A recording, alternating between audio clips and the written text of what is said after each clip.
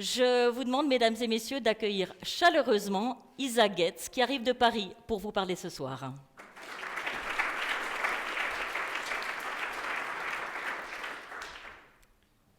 Merci beaucoup Nathalie, vous m'entendez? Ça s'allume dès que je monte sur la scène, automatiquement. Voilà, merci beaucoup. Et effectivement, avec très grand plaisir, troisième fois, grâce à votre forum, vos invitations, et Bernard, il ne faut pas oublier, qui organise tout ça, Bernard Catry, dans la salle. Donc, de quoi vais-je parler aujourd'hui? Et pour que vous n'avez pas des choses qui vous aident, voilà, je vous interroge, c'est professeur, c'est de quoi je vais parler aujourd'hui? Quelqu'un peut me dire? Pourtant, c'est dans le programme, hein, c'est détaillé, il y a 3 paragraphes qui sont écrits. Non? Non? Allez-y, quelques concepts que vous connaissez, hein, peut-être l'entreprise altruiste pour vous, c'est quelque chose de nouveau. Non? Je sais que vous savez. Bon. Ok, je vais vous dire. Voilà, je parle de tout ça. Je vois que madame déjà se prépare de partir, non? Non, non. Effectivement, ça fait beaucoup de concepts et je vais évoquer certains, mais ils sont connus pour beaucoup parmi vous. Mais je vais surtout parler de ce nouveau concept que j'ai co-créé avec mon co-auteur Laurent Barbaché. Et comme ce carton il n'est pas assez plein, vous voyez, donc je l'ajoute. Et qu'est-ce que c'est ces entreprises altruistes? Comment on les conçoit? Ce sont des entreprises qui ont décidé de poursuivre uniquement des vraies entreprises, capitalistes, qui ont décidé de poursuivre uniquement la valeur sociale et de jouir des profits comme conséquence. Alors où est-ce que je les ai rencontrés? Où est-ce que nous avons rencontrés? Un peu partout. On était aux États-Unis, on était en Scandinavie, on était au Japon, on les a trouvés. On était, monsieur, je voyais méfiant, il dit, est-ce que je vais parler de Suisse? Je vais parler de Suisse ou non? On était en Espagne, on était en France, et même une entreprise qui se dit française, leur siège est à Genève. Une entreprise qui s'appelle Château Forum. Ça ne vaut pas le Château Forum? Oui. Donc, bon, essentiellement, ils sont présents en France, bien sûr, mais aussi en Allemagne, dans un certain nombre de pays, dans 6 pays européens. Mais leur siège est à Genève, et le cofondateur de cette entreprise, Jacques Horowitz, donc, qui est décédé, et Daniel Habitant habite à Genève. Donc, on peut dire qu'il y a une entreprise aussi suisse. Voilà. Très bien. Alors, peut-être vous allez dire, il y a une vingtaine qu'on a trouvé sur 3 continents. Et en étudiant leurs pratiques, on a effectivement arrivé avec cette idée, ce concept d'entreprise altruiste. Alors je vais le dire, monsieur Getz, probablement, alors il y a aussi même en Chine, probablement vous fumez quelque chose. Et ces 20 PDG, ils ont fumé avec vous, ou qu'ils vous ont proposé quelque chose, etc.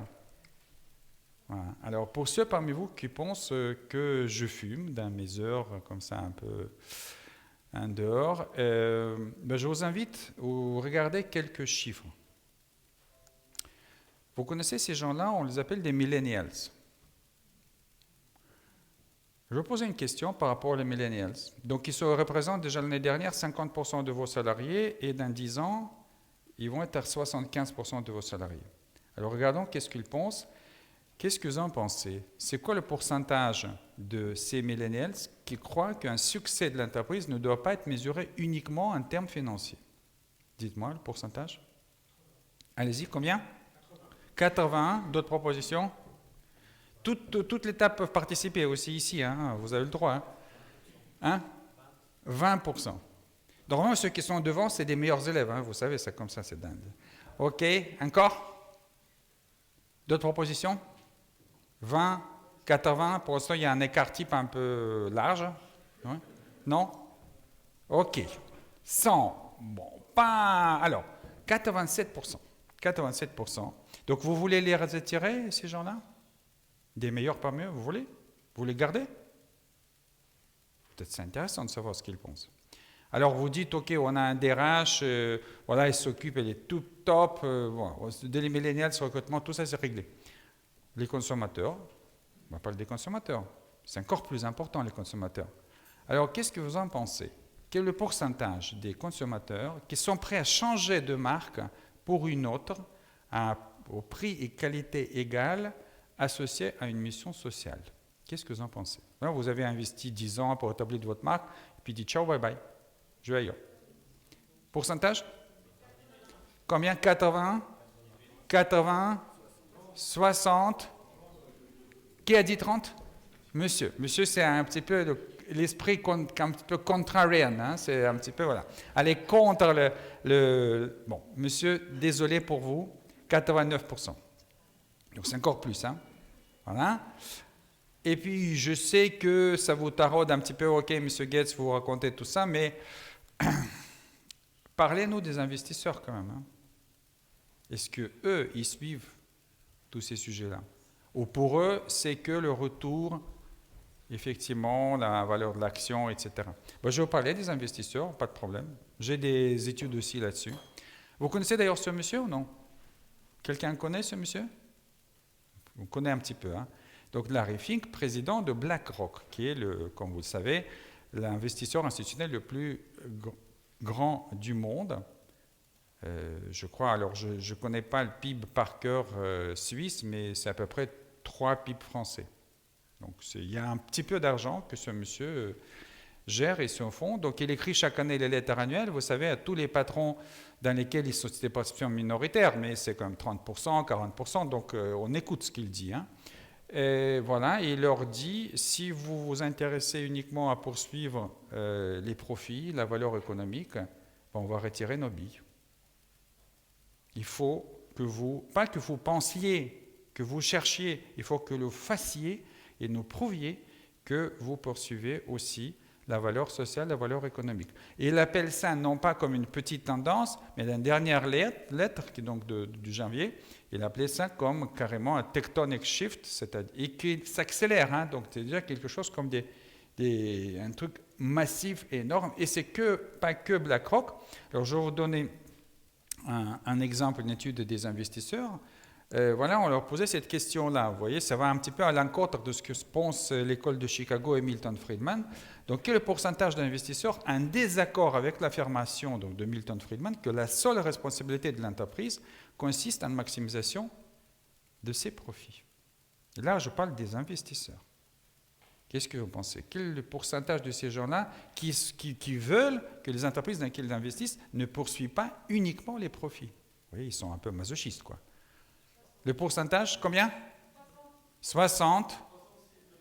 66,6. Je ne sais pas si c'est un assureur ou... Qu'est-ce qu'il fait? C'est précis quand même. Hein? OK. D'autres propositions? 70. Là, vous êtes bon. Hein? Il y a beaucoup d'investisseurs peut-être dans la salle. Hein? Je ne sais pas. Mais en tout cas, vous n'êtes pas loin. Hein? 76%, vous voyez. Donc, c'est quand même 3/4 des investisseurs, je pense. Hein? Donc, je conclus qu'il n'y a pas que moi qui fume. Hein. Tout le monde fume. Hein. Tout le monde. Et donc, pour un tout petit peu vous montrer à quel point cette proposition que je veux développer aujourd'hui des entreprises altruistes est quand même radicale, je vais vous amener un tout petit peu rapidement un parcours historique et on va justement aller voir Milton Friedman, que vous connaissez effectivement, cette fameuse phrase, et puis la position de l'école de Chicago en 1970. Il n'était pas contre d'ailleurs la valeur sociale du tout, hein, mais il disait qu'une fois que l'entreprise a fait tout pour maximiser les profits, effectivement, par la suite, une partie de dividendes, des résultats peuvent être consacrés à des projets sociaux, à la valeur sociale. Donc ça, c'est sa position. Maintenant, ce n'est pas ça qui s'est répandu dans les entreprises. Alors, peut-être dans l'époque des années 70, oui, mais dans les années 80, on a commencé à parler de plus en plus de la valeur sociale, quelque chose que vous connaissez nécessairement, RSE, responsabilité sociale d'entreprise. Je ne vous donne pas la définition, vous lisez. Il y a énormément de projets très, très positifs, très louables, et qui ont vu le jour grâce à RSE.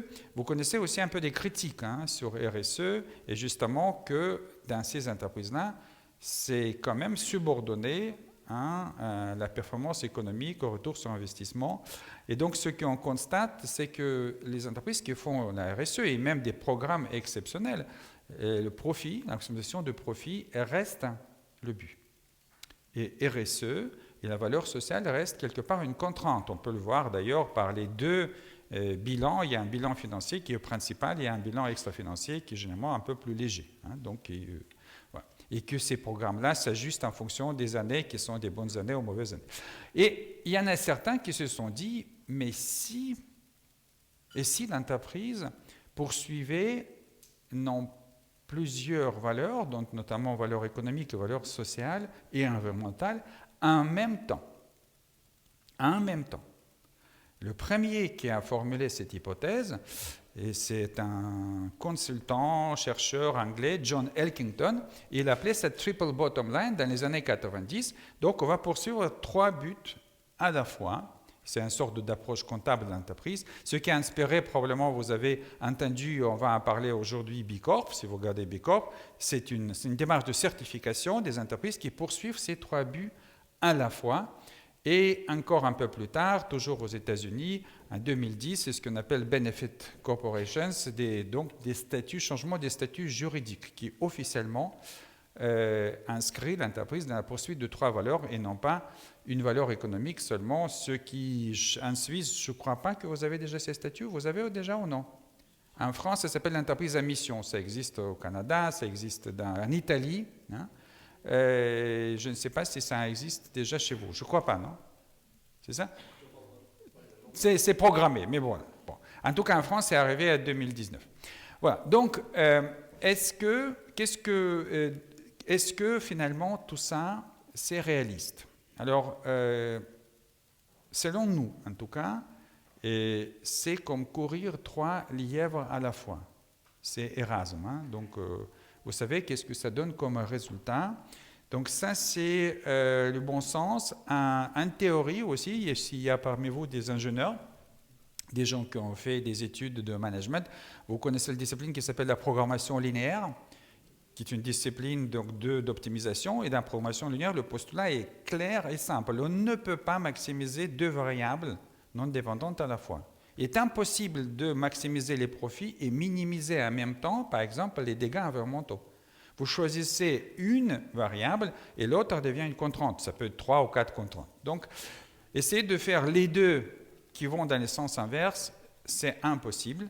Et donc, ceux qui disent, à la fois la programmation linéaire, et en pratique, c'est que d'ailleurs John Elkington, je vous parlais de Triple Bottom Line, a dressé un bilan, il a publié dans Harvard Business Review, de 25 ans de la pratique, et il a dit que c'est une catastrophe. Il a demandé de faire le rappel, vous savez, comme des voitures défectueuses, de son concept. Il dit ça ne marche pas. Dès que vous laissez les profits dans l'équation, les entreprises se concentrent sur le profit. Et le reste devient des cost of doing the business, c'est-à-dire il y a quelque part des contraintes qu'on va respecter. Et donc, la conclusion, c'est qu'il faut se concentrer sur un seul lièvre. Alors, à ce moment-là, Milton Friedman leur aurait dit, c'est exactement ce que je dis, n'est-ce pas? Il faut se concentrer sur les profits.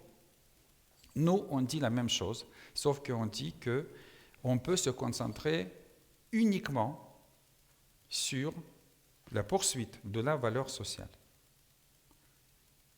Et ce que nous avons découvert, et c'est ça la chose la plus étonnante, que les entreprises qui font ça, d'une certaine façon, je vais vous décrire de quelle façon, elles sont plus profitables que les entreprises qui poursuivent la valeur économique. Comme conséquence, pas comme un but. Donc je vais vous montrer comment ils arrivent, comment ils font tout ça. Et donc, c'est quoi ces entreprises altruistes? Je vous donne la définition, que je vous rappelle, ça vient du mot alter, parce que le sens entreprise altruiste, c'est un non-sens, c'est un oxymore. L'entreprise est tournée vers elle-même, elle n'est pas tournée vers d'autres. Ce sont des entreprises, justement, qui ont décidé de se mettre au service inconditionnel des membres de leur écosystème qui sont leurs clients, leurs fournisseurs, les communautés locales où elles opèrent et de le faire à travers les activités de leur cœur de métier. Donc pas comme par exemple le RSE, c'est un certain nombre des process mais sont un tout petit peu à l'écart, vraiment à travers les activités de cœur de métier. Et donc la conséquence, si vous faites ça, on a vu, si vous faites ça, c'est de finalement jouir des profits qui sont supérieurs à des entreprises que se focalisent à la poursuite des profits. Alors ça, évidemment, engage une certaine transformation, comme vous imaginez, parce que la plupart des activités de cœur de métier dans l'entreprise traditionnelle sont orientées à générer la valeur économique. Et là, on vous parle, non, cette production, R&D, vente, achat, doivent poursuivre la valeur sociale. Et je vous dis que tout le monde fume, pas que moi. Hein. Donc ça, vous êtes convaincus. Maintenant, je vais vous montrer, et je vais donner un exemple. Donc, les détails, bien sûr, c'est dans mon livre. C'est la deuxième fois qu'on place le produit, vous avez compris. Voilà.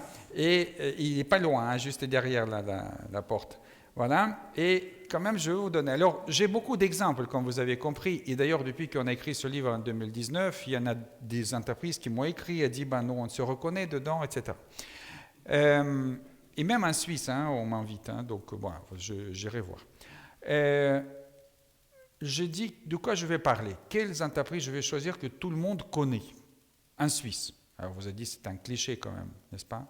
Mais les banques, vous connaissez en Suisse les banques? Le monsieur il dit, il ne connaît pas. Vous êtes suisse? D'accord. Bon, ok, en tout cas, mais je ne vais pas parler bien sûr des banques suisses, parce que vous le connaissez, il y a des très très bonnes banques suisses, etc.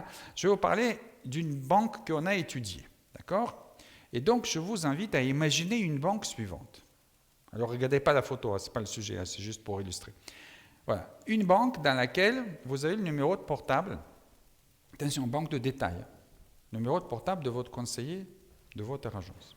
Et pas d'un seul, hein, tous. Que vous pouvez appeler, si vous voulez, samedi, ou envoyer un SMS, si vous jugez que c'est nécessaire. Dans cette banque, il n'y a pas de centre d'appel. Mais il y a une ligne dédiée, et cette ligne est opérée par les agences, qui parlent votre accent d'ailleurs. Hein, donc, la ligne est ouverte, 24/7. Mais ce n'est pas un centre d'appel, c'est lié à des agences locales. Il n'y a pas de vente croisée. Je dois détailler qu'est-ce que c'est des ventes croisées. Vous savez qu'est-ce que c'est, n'est-ce pas? Vous prenez un produit, par exemple l'hypothèque, ça s'appelle comme ça chez vous, ouais, et puis on va essayer de vous vendre un autre produit. Il n'y a pas d'objectifs commerciaux, ni calendrier de réalisation de vente pour toutes les personnes qui travaillent dans le réseau de détail commercial. Alors vous allez me dire, une banque comme ça n'existe pas, n'est-ce pas? C'est rare, hein? Ce n'est pas le standard en tout cas. Dans tous les pays où j'ai vécu, des banques comme ça n'existent pas. Si cette banque existe, ça s'appelle Handelsbanken, c'est une des 2-3 principales banques suédoises. Je vais un tout petit peu raconter comment il fonctionne, et c'est une banque vraiment radicale de la façon dont elle travaille. Donc, je propose une petite devinette, où est-ce que vous pensez je suis là? Qu'est-ce que c'est cet endroit? Donc, c'est moi qui ai pris les photos, hein. C'est quoi cet endroit, cette salle, avec, vous voyez, des meubles un peu de tiroirs, un peu déglingués, vous voyez, c'est même pas Ikea, quoi, c'est pire, hein, c'est brocante, quoi, comme meuble. Où est-ce que je suis, là? Hein? Vous avez une idée ou non? Dans cette banque, où est-ce que je suis? Alors, salle de réunion, mais de qui? Ah, voilà, l'étage de la direction, pas loin du bureau de PDG. Et donc, il y a un dirigeant que nous reçoit dans cette salle, et, bon, ouais, et puis je le pointe parce que je suis un peu ethnographe, vous voyez, quand j'observe tout, hein, des toilettes jusqu'à ça. Donc, je lui dis, mais ça ne vous dérange pas, ça, dans cette salle-là? C'est quand même une salle. Ouais. La réponse, il dit, c'est normal, puisque les clients ne viennent jamais au siège. C'est bon comme ça. Donc, je suis allé voir quand même le bureau de PDG, hein, parce qu'il faut voir le bureau de PDG, vous êtes d'accord? Et donc, voilà le bureau de PDG. Alors, les meubles, c'est à peu près la même gamme. Hein. Le seul luxe qu'il a, c'est qu'il a un bureau qui est ajustable, parce qu'il aime travailler debout. Bon, et puis, si ce n'est pas ajustable, c'est quand même les gens qu'il reçoit sur 2 fauteuils, c'est quand même un peu moyen, vous avez compris, hein, qui sont assis derrière. Donc, voilà tout. Mais je vais quand même m'approcher de fenêtre. Je dis, est-ce qu'il a au moins une vue? Si, la vue est magnifique. Sur la baie de Stockholm, il domine le palais présidentiel. Donc on voit qui est le chef dans le pays. Voilà. Mais bon, c'est pas, il y a une notion de quelque chose de royal dans cette entreprise, mais ce n'est pas lié évidemment au roi de la Suède. C'est lié à quelque chose, il parle beaucoup de cette notion. Le roi dans cette banque, c'est l'agence. L'agence a tous les pouvoirs. Et donc, là, quand je vous montre, par exemple, une agence qu'on a visitée. J'ai visité quelques-unes. Ça, c'est une agence à Stockholm. Ça, c'est la porte de l'agence. En réalité, c'est un immeuble bourgeois du 19e siècle avec des boutons, vous voyez. Et au deuxième bouton, c'est leur banque, Handelsbanken. Vous appuyez, quelqu'un qui vous répond, vous poussez la porte, après vous montez, puis il y en a quelqu'un qui vous attend la porte ouverte, et vous entrez. Voilà le look. Alors ça, c'est le look bien meilleur que l'étage de la direction corporate de la banque, hein. Ça, c'est le design scandinave, des meubles, vous voyez à peu près, vous voyez qu'est-ce que c'est, hein, donc le design. Et c'est un open space, donc les collaborateurs de cette agence, ils sont au fond, et vous êtes assis sur un de ces fauteuils, et puis il y a quelqu'un, soit il vous accueille, soit il vient vous voir, et il dit voilà, bienvenue, et puis on va aller dans une des salles et discuter. Donc, ceux qui ont choisi ces meubles-là, c'est eux aussi, cette agence elle-même a décidé d'abandonner la succursale. Vous voyez, ils avaient une succursale au centre de Stockholm. Ils ont dit, c'est pas ce que veulent nos clients. Ils veulent pas ça. Ils veulent un accueil totalement différent. Et ils ont monté, donc ils ont trouvé, c'est un espace un petit peu comme des cabinets d'avocats, vous voyez, gestionnaires de patrimoine. Ils se sont installés là-bas, ils ont décidé qu'ils se meublent. C'est eux qui décident des horaires, c'est eux qui recrutent, c'est eux qui décident de quels produits ils vont offrir. D'ailleurs, si vous ne voulez pas vous déplacer, monsieur, il dit, moi je n'aime pas les banques, c'est pas grave, on va venir chez vous.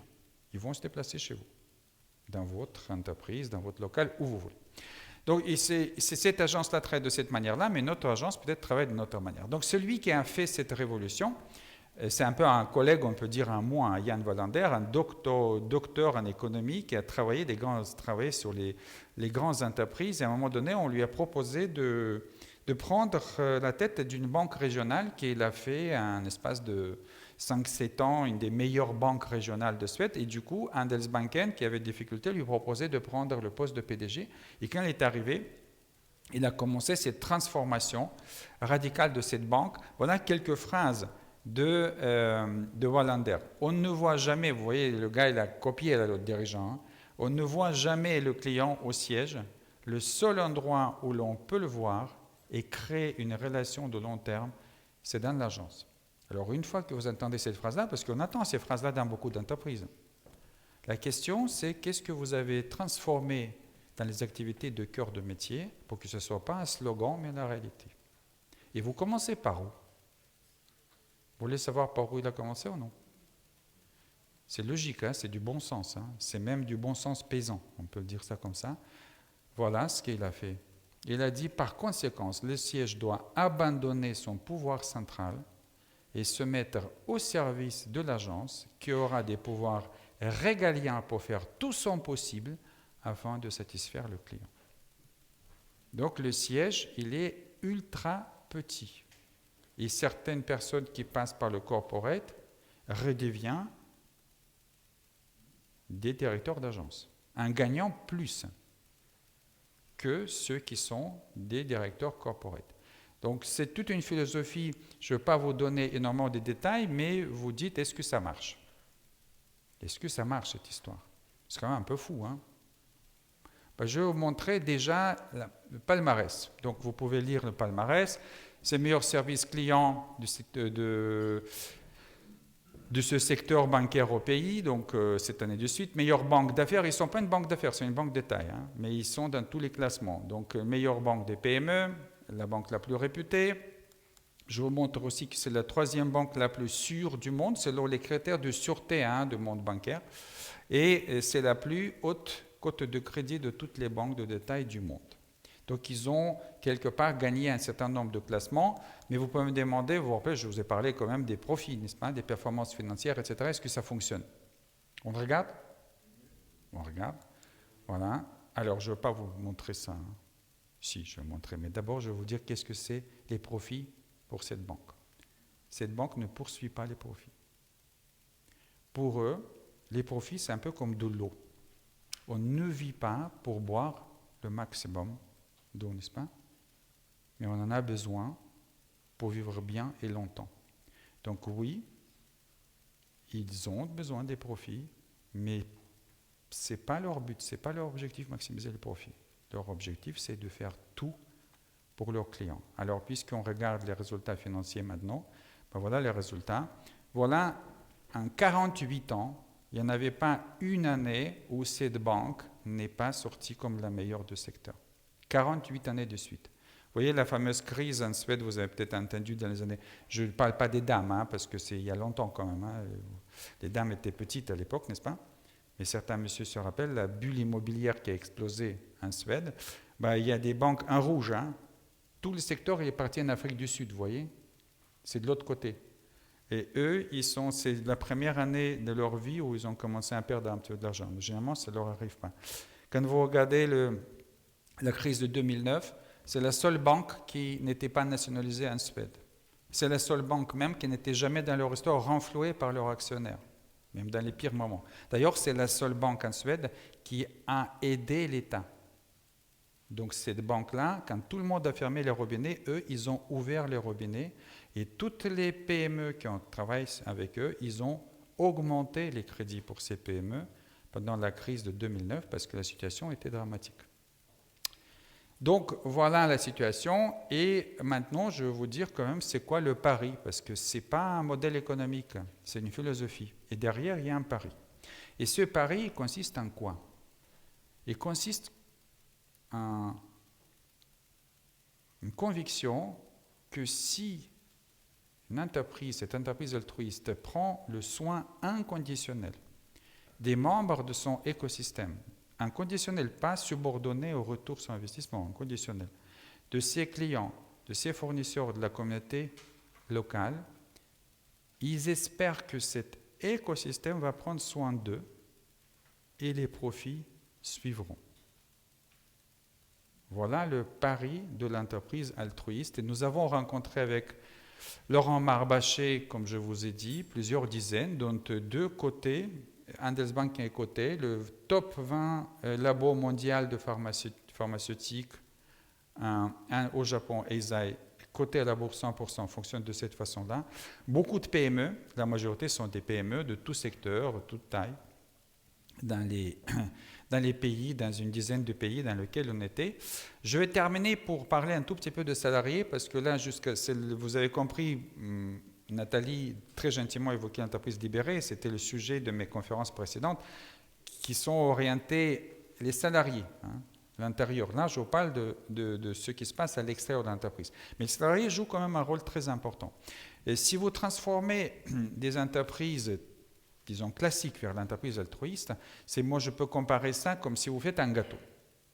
Mais est-ce que si vous faites un gâteau, vous savez, vous avez besoin des œufs, de la farine, du sucre, du beurre, est-ce que vous mettez tout ensemble et vous mélangez? Vous faites ça ou non? Peut-être certains le font, mais ça n'a pas de très bon goût, je vous garantis.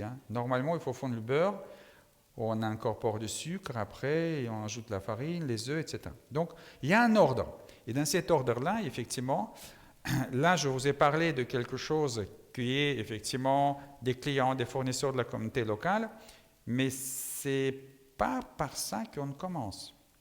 Si les salariés ne veulent pas prendre soin des membres de votre écosystème, ça ne va pas marcher. Et quand est-ce qu'ils vont vouloir prendre soin des clients qui sont face à eux, des fournisseurs qui sont face à eux? Si vous prenez soin d'eux, inconditionnel. C'est une phrase presque bateau, que le salarié heureux rend le client heureux. Mais pour ça, il faut transformer l'entreprise. Ça ne se fait pas par les déclarations. Et qu'est-ce que ça veut dire, l'entreprise qui se met au service inconditionnel de leurs salariés? Pour ça, il faut acheter d'autres livres. Ils sont tous là-bas. Et je cite, la signature est gratuite. Le reste va chez Payot. Voilà, l'entreprise suisse. Ok, donc on arrive vers la fin. Vous avez faim, je pense, donc moi je termine. Mais je sais qu'il y en a d'autres choses prévues, c'est pas tout de suite le repas, attention. Bon, donc la cerise, la fameuse cerise sur le gâteau, elle arrive après. On ne mélange pas ça, c'est la conséquence. Est-ce que vous mélangez tout ça quand vous faites un gâteau, la cerise? Non, vous faites bien votre travail de l'entreprise et les profits sont la conséquence de ce travail. Et si vous faites ça d'une façon dont je vous parle, c'est-à-dire vous êtes vraiment inconditionnellement, prenez soin des clients, des fournisseurs de la communauté locale, ben, ce que nous avons trouvé, que toutes ces entreprises se sont hissées au sommet de leur secteur et y restent. Même pendant les crises. Même pendant la Covid, on a écrit plusieurs articles, le livre parle en 2019, mais on est revenu leur parler, comment vous en sortez, etc. Et effectivement, ils se sont sortis mieux que leur concurrence. Alors voilà mes 2 dernières slides. Comment les entreprises traditionnelles conçoivent les rapports avec leurs clients, leurs fournisseurs, leur communauté locale. Ben, les conçoivent sous forme de contrat, n'est-ce pas? Et c'est des conditions, hein, des conditions. Il y a un contrat, il y a une protection. Le contrat, c'est une protection, on est d'accord? Protection vis-à-vis du client, protection vis-à-vis du fournisseur, avec qui on veut avoir des rapports. Et on se protège, et c'est sous condition de retour. Et on appelle ça comment, ces rapports? On les appelle les transactions économiques. Toutes les entreprises conçoivent les rapports avec les membres de leur écosystème sous forme des transactions économiques. Les entreprises altruistes ne font pas ça. Les entreprises altruistes essaient de transformer, vous voyez, d'abord on fume évidemment, hein, c'est les conditions, vous avez compris. Hein, donc voilà. Je devrais peut-être discuter et proposer pour chaque livre acheter un petit truc, mais bon, c'est pas légal. Ok, donc le grand secret de ces entreprises, si on peut appeler ça un grand secret, c'est qu'ils basent les relations avec leurs clients, fournisseurs et la communauté locale sur la confiance.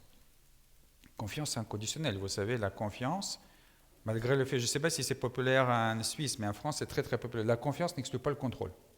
Vous avez entendu cette phrase ou non? Très populaire en France. Quand quelqu'un me dit, un dirigeant me dit ça, je dis, vous savez qui est à l'origine de cette phrase? Non, il ne sait pas, c'est Staline. Bon, après, on arrête un peu. D'accord? Donc non, si vous faites confiance, vous ne contrôlez pas, je suis désolé. Hein, mais vous prenez le risque, hein, c'est vulnérabilité. Il peut vous trahir, il peut abuser, il peut y avoir plein de choses hein, qui peuvent se passer. Mais je vais travailler, j'ai confiance. Et le résultat, donc, qu'est-ce que vous faites? Vous faites des relations authentiques. Un peu comme on a tous des relations avec nos amis. Si vous invitez un ami passer un week-end chez vous, vous le dites, tu es un ami tant que j'ai un retour sur mon investissement dans toi? Ou tant que tu ne me coûtes pas trop cher? Vous faites ça ou non? Vous ne faites pas ça. D'ailleurs, dans certaines de ces entreprises, y compris chez Châteauforme, chez Évoqué, on appelle les clients les amis. Interroge quand on n'est pas, dit combien d'amis on a aujourd'hui. Parce que c'est ça le type de rapport qu'on va tisser avec eux. On va faire tout pour eux. Et la phrase chez Châteauforme, par exemple, c'est cette injonction absolue de Daniel Habitant, c'est « Je vous donne la permission de satisfaire le client, quel que soit le coût, et sans demander la permission de quiconque. » Voilà comment les gens vont vers les clients.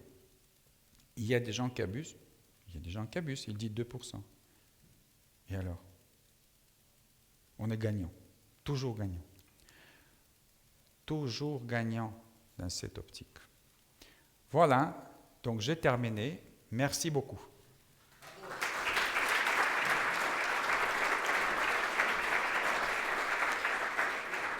Merci beaucoup Isa Getz. Nous aurons le plaisir de vous retrouver dans une partie plus interactive.